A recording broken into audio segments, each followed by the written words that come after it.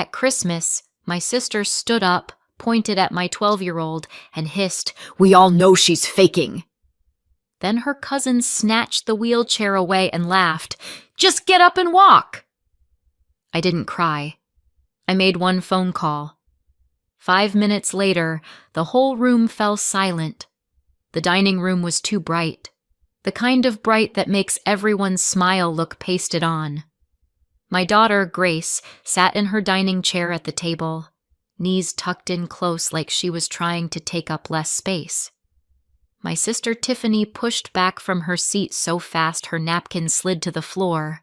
"She's pretending," Tiffany said, arm out, finger aimed right at Grace like a prosecutor. "You can't tell me she needs all this." Grace's eyes flicked to me, then down to her hands.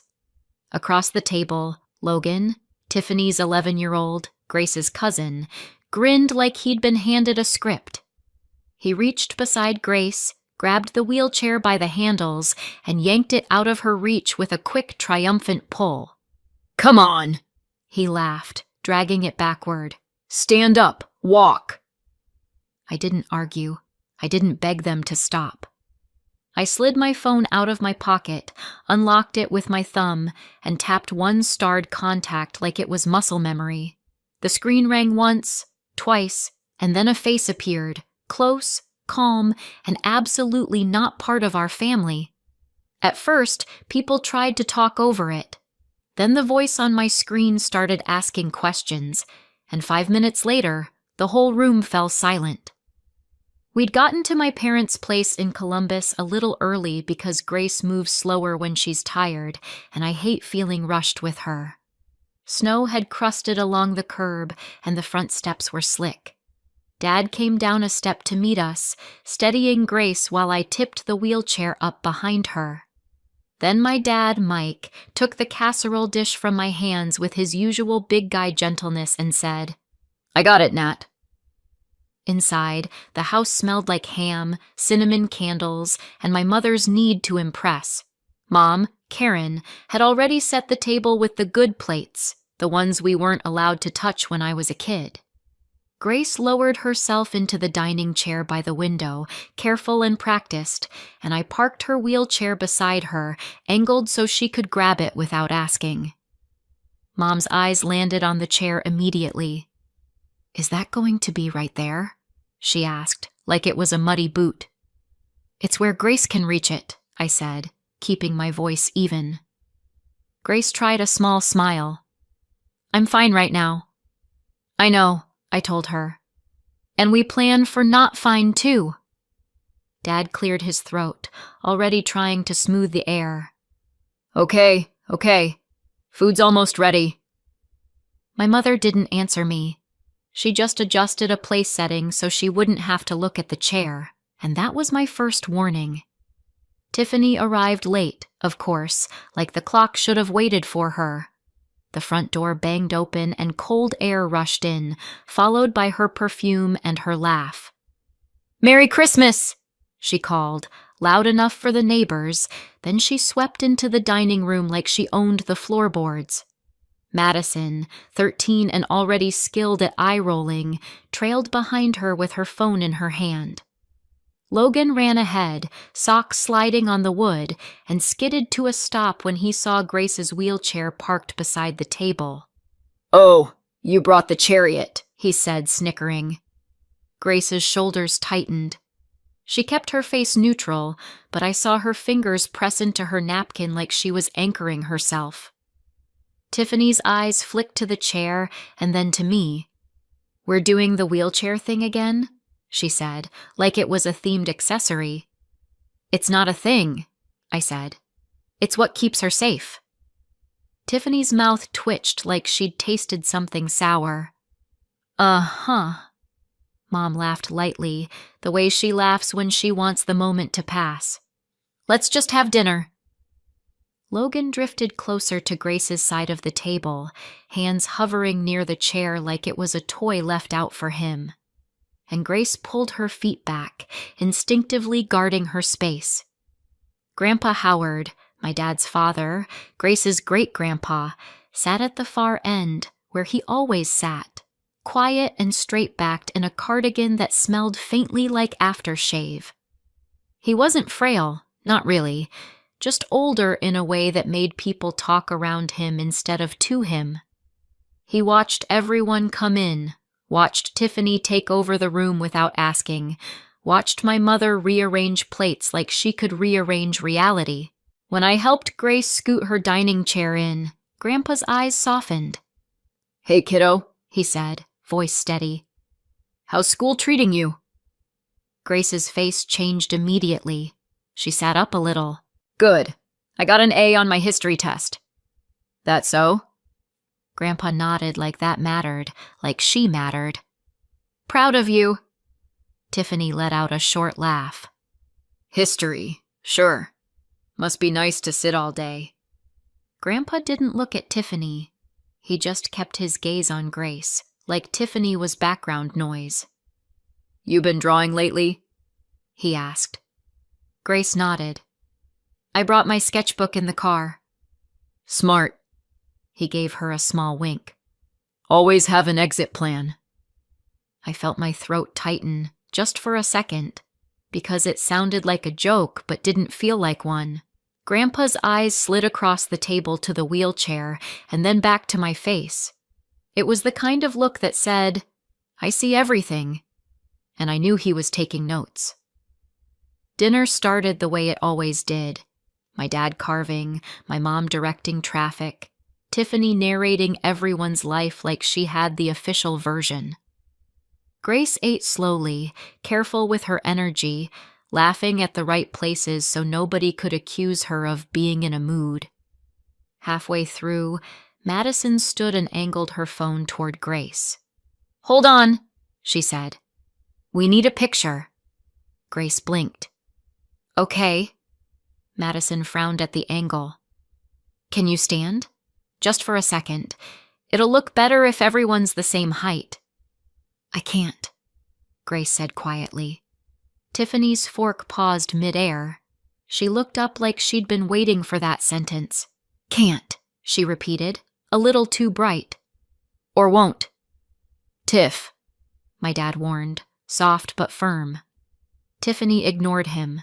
She pushed back her chair and stood, placing both hands on the table as if she were about to deliver a toast. Her eyes locked on Grace, and her voice sharpened. "She's faking," Tiffany said, loud enough to make sure nobody missed it. "We all tiptoe around it, but come on." Grace went still, like her body had become a statue and her mind had left the room. And my mother didn't tell Tiffany to stop. It didn't turn into a debate. It turned into a pile-on, fast and practiced, like everyone had been rehearsing without me. My mom leaned forward, eyebrows raised in that concerned face she wears when she wants to be cruel politely. "I've been thinking the same thing," Karen said. "She's fine when it suits her." Denise, my aunt, made a small noise and looked down at her plate, torn between discomfort and loyalty. Dad set his carving knife down with a thunk. "This is Christmas," he muttered. "Can we not?" Tiffany waved him off. "I'm just saying what everyone sees. She loves the attention. It's manipulative." Grace swallowed hard. "I don't—" "You're 12. Mom cut in like that was proof. "Kids do things." I felt my own voice stay low, almost boring. "Grace has a medical condition," I said. "You don't get to vote on it." Tiffany tilted her head. "Oh, here we go. Natalie, don't make it a whole production." Grace's cheeks flushed, and I saw her knees shift under the table like she was considering standing just to make it stop. I put my hand on her forearm. One squeeze. A silent, "No." My dad looked at me, helpless, like he wanted peace more than truth. And then Logan decided he wanted a turn. Logan slid out of his chair and walked behind Grace, where the wheelchair sat within reach like a lifeline. He grabbed the handles with both hands, eyes sparkling. "I'm gonna fix you," he said, loud and proud, like he'd invented the cure. "Logan," I snapped. One word, sharp. He yanked anyway, rolling the chair backward until it bumped into the buffet. Grace's hand shot out toward where it should have been and grabbed nothing but air. Her breath hitched, and she looked at that empty space like someone had pulled the floor away. "Stand up," Logan said, laughing. "Just do it." Nobody moved fast enough. Tiffany's mouth curled like she was entertained. My mother didn't stand. Even my dad froze in that awful in-between where he wanted it to stop but didn't want to challenge Tiffany. So I stood. Not to yell, not to plead. I stepped behind Grace like a wall, pulled my phone out and hit call. When the screen lit up and the video connected, a face appeared. It looked straight into our dining room like it could see every lie on the table, and the smugness died all at once. But let me back up. When I was 9, Tiffany knocked over my birthday cake before anyone could cut it. It slid off the table in slow motion, frosting, candles, the whole thing, and splattered onto the kitchen floor. Tiffany stared at it for half a second, then started crying like she'd been injured. Mom rushed to her. "Oh, honey," Karen cooed, pulling Tiffany into her arms. Tiffany pointed at me through tears. "Natalie did it." I opened my mouth, shocked. "I didn't even touch—" "Don't," Mom warned, sharp now. She turned to me with that look that meant I'd already lost. "Why would you do that? It's your sister." Dad sighed like the truth was inconvenient. "Nat, just apologize." I stared at the ruined cake and felt something settle into place. The facts didn't matter. What mattered was Tiffany's version. I said, "I'm sorry," even though my throat burned saying it. Tiffany stopped crying instantly. She wiped her face and smirked at me over Mom's shoulder. That was the day I learned the rule in our house. Tiffany decides what happened, and everyone else nods along. As adults, Tiffany got better at it. She didn't just rewrite moments, she rewrote me. At a neighborhood cookout, she introduced me to her friends like I was a character in a comedy routine. "This is Natalie," she said, laughing. "She's always so intense. She's the type who complains if the napkins aren't folded right." Her friends chuckled, looking at me like I'd missed the joke. I tried to correct it once. "I don't care about napkins," I said. "I care about my kid not getting sick from undercooked chicken." Tiffany's eyes widened dramatically. "See?" she announced. "Always dramatic." Everyone laughed harder. I stood there holding a paper plate, realizing that defending myself was part of the entertainment. After that, I learned to go quiet in public. I let Tiffany narrate because correcting her only made me the villain in her story. It wasn't bravery, it was survival. And then Grace got sick, and my silence stopped being harmless. The first time I brought Grace's wheelchair to a family gathering, it was supposed to be simple. We were going to my parents' house for brunch, and Grace had been in a flare all week. Weak, shaky, stubbornly pretending she was fine. The chair wasn't a statement. It was a tool. Tiffany met us at the door and looked down at the wheels like she'd found contraband. "Wow," she said. "So we're committed to this now." Grace tried to joke. "It's just for long walks." Karen's face tightened with that fake worry. "Natalie, are you sure this is good for her? I don't want her getting dependent." "She can't get dependent on safety," I said. Tiffany leaned toward Grace and lowered her voice just enough to feel private. "You know," she murmured, "if you just push through, your legs won't forget." Grace's smile flickered. Later, in the bathroom, she whispered to me, "Mom, I'm sorry. I don't want them mad." I knelt and looked her in the eye. "You never apologize for your body," I said, steady. "Not to them. Not to anyone." Grace nodded, but her eyes stayed worried. And I realized my family wasn't worried about Grace's health at all. They were worried about Grace taking up space. The kids learned fast because kids always do. At Thanksgiving, Madison lined everyone up for a photo and kept repositioning Grace like she was a prop. "If you stand," Madison said, sweet as syrup, "it'll look normal." Grace tried. She pushed up with shaking arms, took one step, then two, face going pale. Tiffany's eyes lit up like she'd just been handed evidence. "See?" she said loud. "She can do it." Grace sat back down quickly, breathing hard. Logan started watching for good moments. If Grace laughed, he'd announce, "Guess you're cured." If she carried a plate from the counter, he'd yell, "Look, walking!" The adults chuckled like it was harmless. I watched my child turn into a test. By Christmas, I wasn't just bringing a wheelchair to dinner. I was bringing a line. And my thumb already knew exactly who I'd call, because months ago Dr. Erica had told me, "If anyone ever puts Grace on the spot, call me." Back in the dining room, my phone sat on the table in front of Grace like a small spotlight. The video call was live, volume up, and nobody seemed to remember how to breathe. I stood behind Grace with my hands on the back of her dining chair, steady, not possessive, just there. Tiffany recovered first because she always does. She forced a laugh.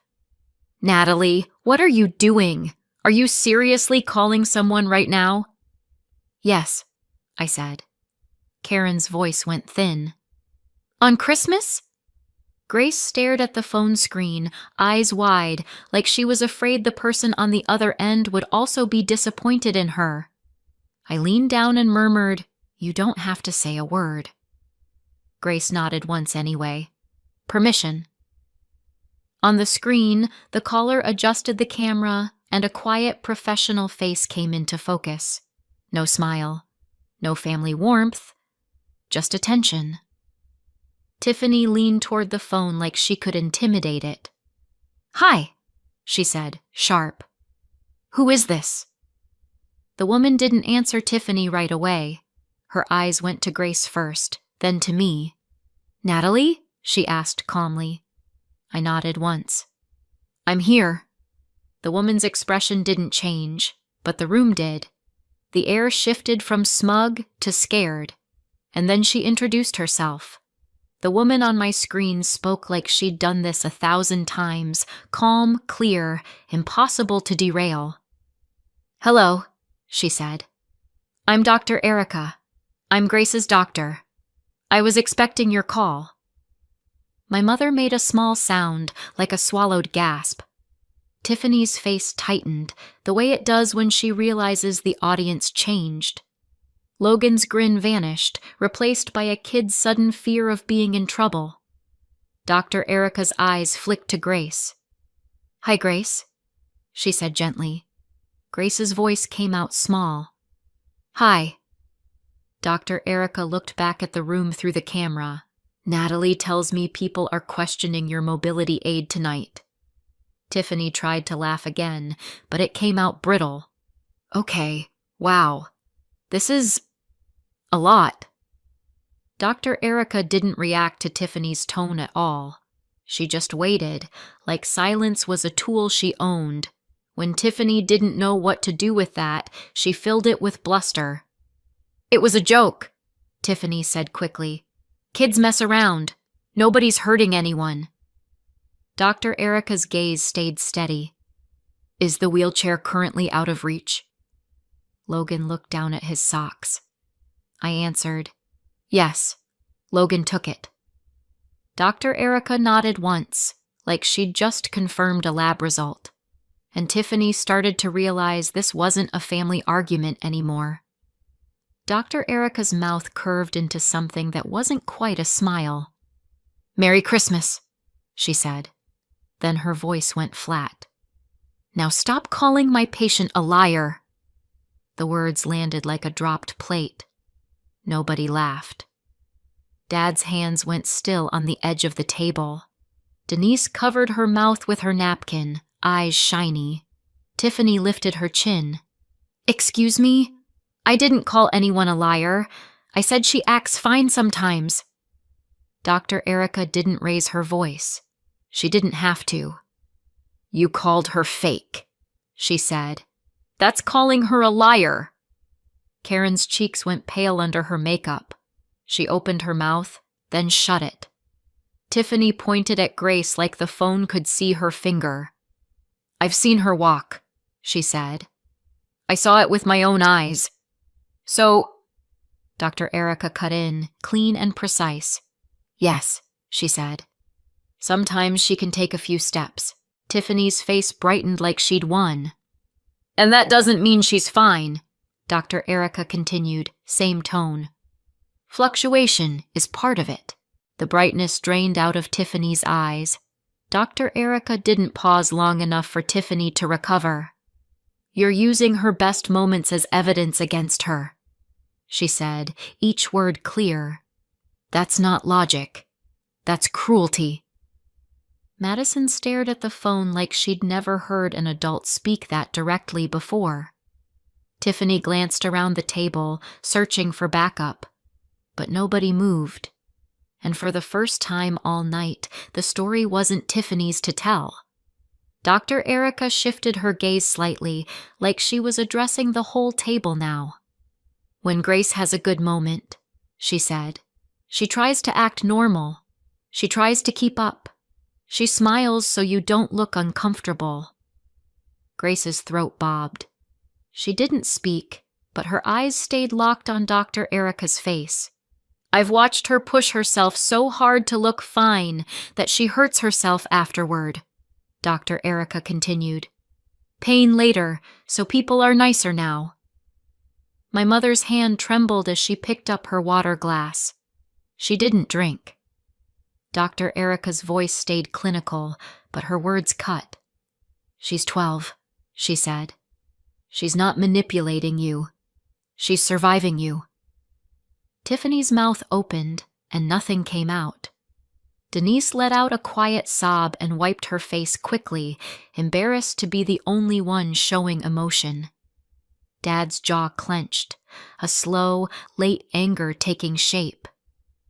Grace's shoulders dropped, like someone had finally let her set down a heavy bag she'd been carrying for months. I felt one hot pulse behind my eyes, but I kept my face steady. Grace needed steady, and Dr. Erica wasn't finished. Dr. Erica's eyes narrowed slightly, the first hint of irritation. "Now," she said, "about the wheelchair." Logan flinched. "That chair is safety," Dr. Erica said. "Removing it isn't a joke. It's taking away her protection." Tiffany scoffed, weakly. "Oh my God, she didn't fall." "You got lucky," Dr. Erica replied immediately. "If she'd gone down tonight, you'd be calling an ambulance, not laughing." The sentence sucked the air out of the room. Even Madison looked nauseous, like she'd just pictured it too clearly. Logan's face went red. He whispered, "I was just kidding." Dr. Erica didn't soften for him. "Kids copy what they see," she said. "Tonight, he copied you." Tiffany's eyes snapped to Logan, then back to the phone, furious at being blamed. Karen stared at the tablecloth as if the pattern could save her. And Grandpa Howard, at the far end, stayed silent, watching, unmoving, absorbing every word. The shame in that room wasn't loud. It was heavy. Tiffany tried one last escape hatch. "We didn't know," she said, throwing her hands up. "Nobody explained it." Dr. Erica didn't blink. "You didn't ask," she said. That was it. No lecture. No extra sentence. Just the fact. Karen's lips parted, but no excuse formed fast enough. Dr. Erica's tone turned instructive, like she was giving discharge directions. "Here's what happens now," she said. You return the wheelchair to where Grace can reach it." Logan made a move but froze, waiting to be told he was allowed. "And you apologize," Dr. Erica continued. "Not to her mother. Apologize to her." Silence stretched. Tiffany looked like she might explode, but she didn't want to explode in front of the doctor. My mother stared at Grace like she'd never actually seen her before. Grace kept her hands folded, still, like she was afraid any movement would be judged. Dr. Erica waited, calm, unmoving. The quiet was a kind of pressure, and nobody in that room knew how to breathe through it. I didn't wait for them to find their courage. I stepped around the table, walked to the buffet, and rolled Grace's wheelchair back myself. I brought it to her side and locked the wheels with a practiced click. Grace's fingers brushed the armrest like she was confirming it was real. Tiffany's voice came out small and angry. "This is insane," she muttered. Denise whispered to Grace, "Honey, I'm so sorry," tears sliding despite her effort. My mother's face had gone the color of paper. She looked at Grace and tried to speak, but the words snagged in her throat. Dr. Erica's voice returned, softer but still firm. "Grace," she said, "you did nothing wrong." Grace blinked hard and nodded once. I picked up my phone. "Thank you," I told Dr. Erica. "Call me if you need me," she said. Then the screen went dark. I didn't announce anything. I didn't give a speech. I slid my hand under Grace's elbow and said, "We're going home." Dad stood quickly. "Nat," I looked at him. "Not tonight." Grace and I made it to the door without anyone stopping us. Outside, in the cold, my phone started buzzing like it had a second life. By the next morning, Tiffany had a new story ready, delivered in a family group chat like a press release. "Natalie called a doctor on Christmas to make us look bad," the message read. It was a harmless joke, and she weaponized Grace to embarrass everyone. My mom added, "We're all just concerned." Denise typed, then deleted, then finally sent a single shaky, "It wasn't funny." Dad sent, "Let's all cool off." Tiffany replied immediately, "Exactly. Natalie needs to calm down." I stared at the screen while Grace colored at the coffee table, her wheelchair beside her like it belonged there. Because it did. The rewrite wasn't surprising. It was automatic. Tiffany couldn't live in a world where she'd been wrong. I typed one message, short and factual. "A medical professional told you to apologize to Grace. If you're calling it a joke, you learned nothing." Tiffany responded with a laughing emoji. I didn't argue further. I tapped the group settings, muted it, and blocked Tiffany first. Then anyone who called that night a joke. The quiet that followed wasn't sad. It was clean. The next pressure came through my front door because my mother has never respected a boundary she didn't choose.